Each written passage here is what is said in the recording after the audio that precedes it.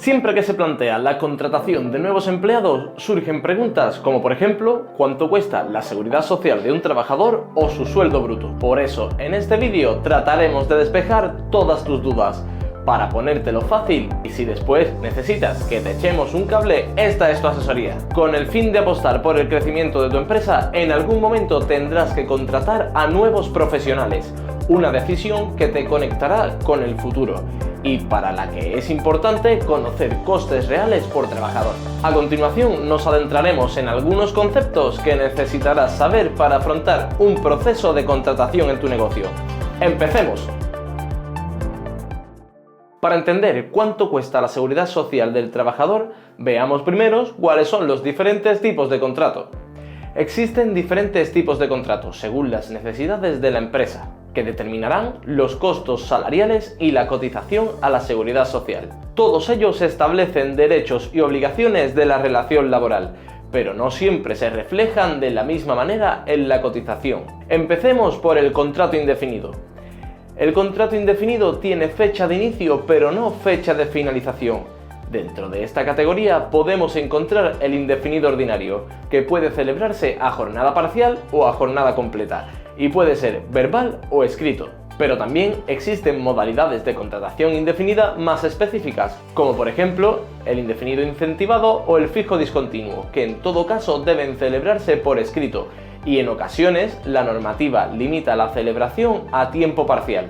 Por ejemplo, en el caso de los fijos discontinuos, esto va a depender de lo establecido en el convenio colectivo que sea aplicable. El segundo contrato del que vamos a tratar es el contrato laboral. Este se ha visto limitado tras la nueva reforma laboral y es otro tipo de contrato laboral muy importante. En el contrato temporal, la relación laboral entre la empresa y el trabajador tiene una duración concreta. Tras la reforma laboral se limitaron las opciones para llevar a cabo este contrato y solo puede celebrarse por circunstancias de la producción, de la sustitución de la persona trabajadora o para cubrir temporalmente un puesto durante el proceso de selección o promoción. Precisamente por esta limitación de los contratos temporales, el contrato indefinido fijo discontinuo se ha convertido en la única salida para buena parte del empleo estacional en España. La necesidad de un contrato temporal se debe justificar al detalle y el empresario tiene que especificar en el contrato la causa habilitante de la contratación temporal, las circunstancias concretas que lo justifican y su conexión con la duración previa. Este tipo de contrato también puede darse a jornada completa o parcial y desde el SEPE facilitan el modelo básico. Siguiente contrato, el contrato de formación en alternancia, que permite trabajar y estudiar al mismo tiempo.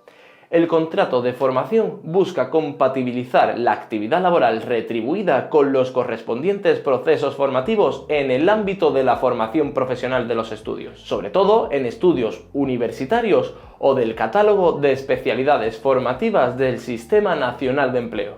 Para ello, la actividad laboral debe complementar, coordinarse e integrarse con la actividad formativa en un programa común en el marco de los acuerdos y convenios de cooperación. Todo ello suscritos por los centros universitarios o de formación profesional y las entidades formativas acreditadas e inscritas con las empresas y entidades colaboradoras. Estos tipos de contrato pueden ser beneficiarios de incentivos a la contratación, siempre que cumplan los requisitos que se exijan por la normativa de aplicación, dependiendo del tamaño de la plantilla de la empresa. El incentivo será de una reducción del 100% en las cuotas a la seguridad social del trabajador contratado y del 100% en las cuotas empresariales a la seguridad social, cuando la plantilla de la empresa sea menor de 250 personas, o del 75% si es igual o mayor de 250 trabajadores, es decir, una gran empresa. Pero ojo con esta modalidad de contrato, ya que actualmente ha habido una nueva reforma en la que los trabajadores contratados bajo esta modalidad pasarán a cotizar el 100% de las horas. Todo ello a partir del 1 de junio de 2023.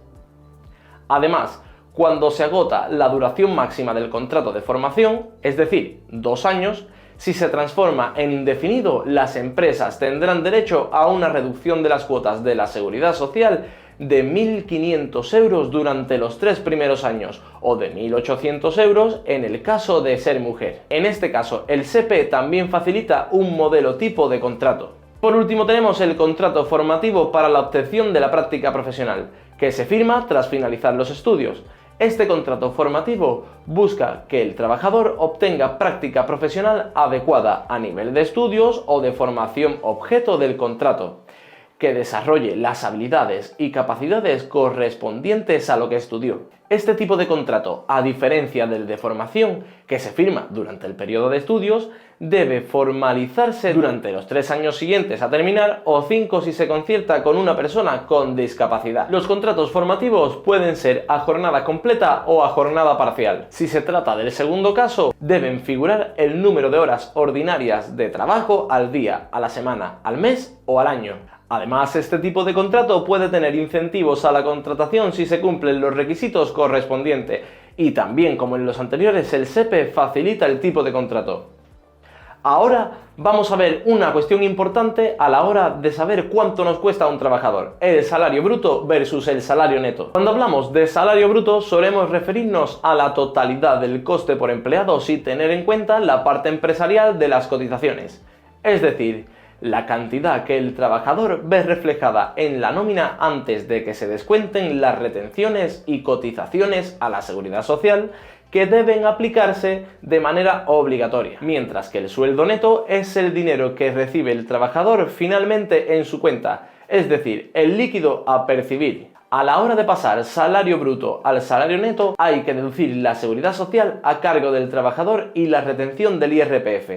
Al hablar de seguridad social nos referimos a las cotizaciones del trabajador, es decir, la cotización por contingencias comunes, por formación profesional, por desempleo y al mecanismo de equidad intergeneracional o MEI. Respecto del IRPF, es un porcentaje que varía según el salario bruto. A mayor salario bruto, mayor porcentaje. En este caso, el empresario es el encargado de retener e ingresar trimestralmente esta cantidad en Hacienda, como anticipo del IRPF de cada trabajador.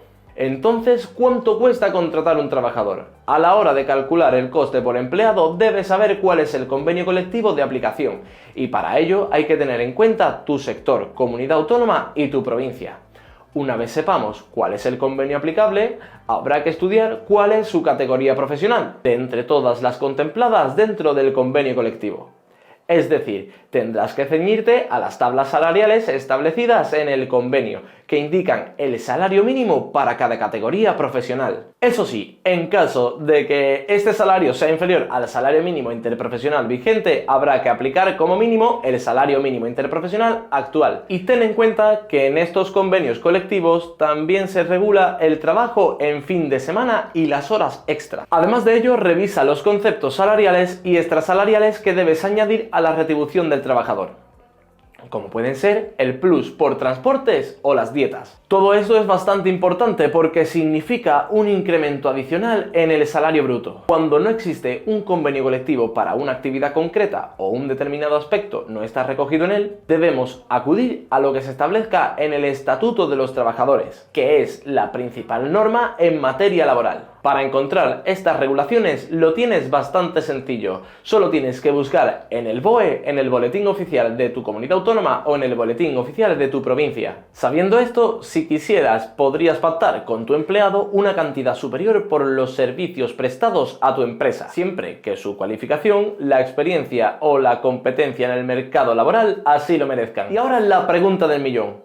¿cuánto cuesta la seguridad social de un trabajador? La contratación de un empleado, aparte del salario bruto, supone para el empresario un gasto adicional que se deberá abonar a la seguridad social. Y hablamos de los seguros sociales, de los que una parte son a cargo de quien contrata, es decir, la empresa o el autónomo, y se corresponden con 6 partidas. Número 1.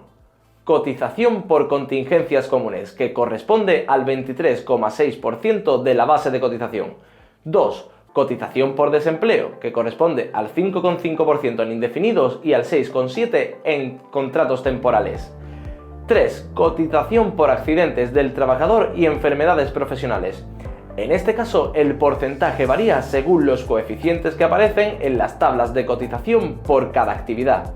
Por ejemplo, podrán oscilar entre el 1,5% para trabajadores de oficina, el 1,6% para comercio al por menor o el 6,7% en actividades de alto riesgo, como el transporte por carretera o la construcción. La cuarta contingencia común es la cotización por formación profesional, que es el 0,6%. En quinto lugar tenemos la cotización a Fogasa, el Fondo de Garantía Salarial, es decir, es la cobertura del salario en caso de insolvencia del empresario o del autónomo, y es el 0,20%. Y por último, el mecanismo de equidad intergeneracional, que es el 0,5%. No debemos confundir estas cuantías con la seguridad social a cargo del trabajador, que se compone de 4 partidas y forman parte del salario bruto tal y como hemos explicado anteriormente. En este caso son las cotizaciones por contingencias comunes, que corresponden al 4,7% del sueldo bruto, la cotización por formación, un 0,10%, la cotización por desempleo, el 1,55% en contratos indefinidos y el 1,6% en contratos temporales, y por último el mecanismo de equidad intergeneracional, que en caso del empleado será del 0,10%, lo que se traduce en un total de un 6,45% o 6,5%, que se descuentan del sueldo bruto del trabajador. Pero pese a toda esta información que te doy, puede ser que si no lo ves en un ejemplo práctico no te quede tan claro. Así que Pedro, uno de nuestros asesores expertos, nos va a explicar de forma práctica, con un ejemplo, todo este tema. Así que Pedro, cuando quieras. Bueno, Juanma, voy a ponerte un ejemplo de cuánto le saldría a la empresa contratar a un trabajador cobrando el SMI. Partimos de que el SMI, que es el salario mínimo interprofesional, está establecido actualmente en 1.080 euros en 14 pagas, o lo que es lo mismo, 1.260 euros con las pagas prorrateadas, es decir, en 12 pagas. Serían 1.260 euros brutos, es decir, sin tener en cuenta las deducciones que se le practican al trabajador por su IRPF y por sus seguros sociales, que en este caso, de esos 1.260 euros, el trabajador recibiría, suponiendo que no tenga retención por IRPF, 1.178,73 una vez descontadas las cotizaciones sociales. Pero claro, bueno, ojo, estamos viendo ya que del bolsillo del empresario por lo pronto salen 1.260 euros al mes y sin contar retención por IRPF, al bolsillo del trabajador llegan 1.178,73. Vale, estos 1.260 euros no es solamente el coste que tiene el empresario, sino que tenemos que sumar también la parte de las cotizaciones profesionales y demás que paga el empresario. En este caso tenemos de contingencias comunes, es decir, por una enfermedad que tenga el trabajador o un accidente que tenga el trabajador fuera del horario de trabajo y tal, se paga un 23,60%. Luego, de cotización por desempleo, suponiendo que el trabajador sea indefinido, se cotiza por un 5,5%. Por accidente de trabajo, es decir, un accidente que el trabajador tenga en el propio puesto de trabajo o yendo viniendo del trabajo, o una enfermedad profesional, dependiendo del sector de actividad, se paga un porcentaje u otro. En este caso, para el ejemplo, hemos cogido el porcentaje más bajo, que es el que se aplica en los trabajos de oficina, el 1,5%.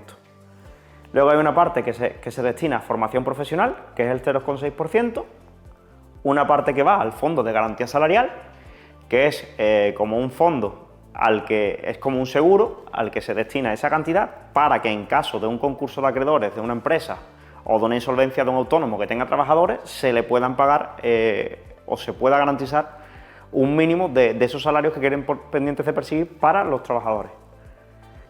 Y un 0,5% que se destina al MEI, que es el nuevo mecanismo de equidad intergeneracional, es decir, un nuevo impuesto que va destinado a la sostenibilidad del sistema de pensiones. Vale, en total, estas cotizaciones suman un 31,9%, es decir, para un trabajador de oficina que cobre el salario mínimo interprofesional, 1.260 euros, el empresario tendría un sobrecoste de 401,94 euros. Es decir, un trabajador que únicamente percibe el salario mínimo interprofesional, es decir, 1.260 euros al mes brutos, supone para el empresario un coste anual de casi 20.000 euros anuales. Con toda esta información ya podrás hacer una estimación de cuánto cuesta la seguridad social de un trabajador. Así podrás tomar una decisión realista y dar un paso hacia adelante en tu negocio. Si además quieres que te acompañemos durante todo este proceso empresarial, nos vemos aquí en Ayuda de Pymes, la asesoría número 1 online y presencial de España.